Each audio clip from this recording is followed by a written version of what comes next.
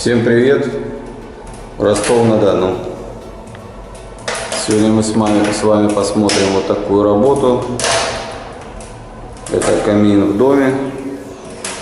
Камин прямой, выполнен из кирпича, который вытащили из старых разобранных домов.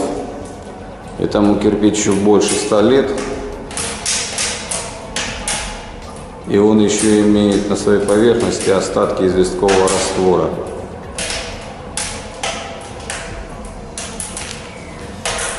Здесь камин имеет кирпичную топку.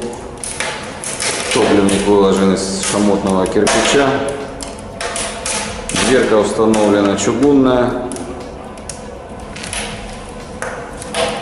Сейчас мы откроем дверку.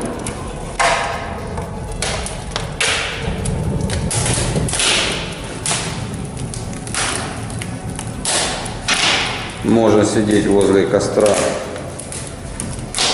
и наслаждаться открытым огнем.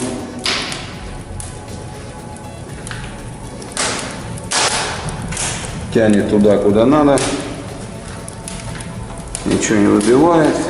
Все хорошо. Во всех режимах камин работает четко. Дверка, еще раз повторю, чугунная полностью. И рамка, и сама станина. Имеется регулировка вот здесь тяги подачи воздуха. Но мы закроем, чтобы он не трещал, мешает говорить. Вот так. Придушим. Вот такой классический стиль. Здесь будет телевизор, интернет, все дела.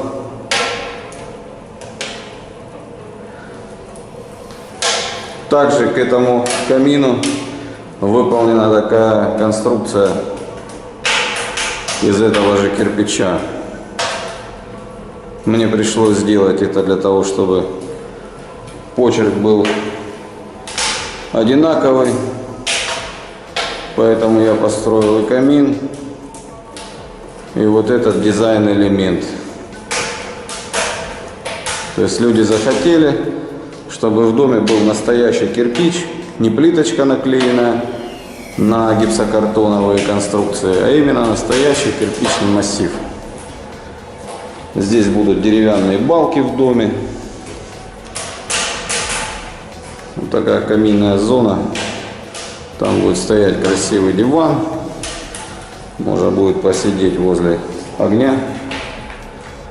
Здесь будет столовая. Вот такая арка изнутри. Вид. Здесь тоже была сделана перемычка мною. Сегодня ребята уже поштукатурили. Так что дела двигаются. Дом начинает приобретать облицовку. Вот так сзади, видите, поштукатурена эта стена. Задвижка в камине установлена, производство Литком, поворотный шибер. Вот я его вывел сюда. Управление задвижкой в коридор. Так можно перевести в тлеющий режим. Сейчас с вами пойдем посмотрим, как пламя горит. Заднюю стенку камина тоже полностью пришлось выложить до потолка. Здесь была только колонна, вот здесь опорная. Вот так мы заходим в каминную зону. Видите, перевел в тлеющий режим. Уже пламя горит спокойнее. Ну, там еще есть режим более спокойного горения. Но печь сырая. Не хочу я сейчас душить ее. Вот такая интересная работа. Кирпич положен под срез на широкий шов. Выглядит это так, как раньше действительно клали с широким швом. Сейчас я вам покажу, как был нарисован проект. Сейчас мы найдем. Так, где у нас тут? Вот. Это дизайнерский проект. Видите, кирпич здесь другой был предусмотрен, более светлый. Ну, вообще это декорация, как бы из гипсокартона, я так понимаю. Но заказчик принял решение строить из настоящего кирпича. Вот так получилось. Здесь еще будет деревянная балка вот на этом месте. Видите, здесь выступающий элемент вот так. Сверху будет телевизор. Как я уже говорил, внизу это уже окончательное финишное покрытие.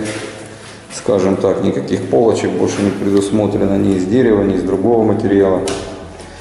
В дровнике спрятана приточная вентиляция. Заведена она из подвала. Подвал отапливаемый и соединен постоянным притоком с улицей. То есть камин горит ровно, спокойно. Закрытые окна, двери не мешают этому процессу. Как видите, в тлеющем режиме все. Вот такие дела.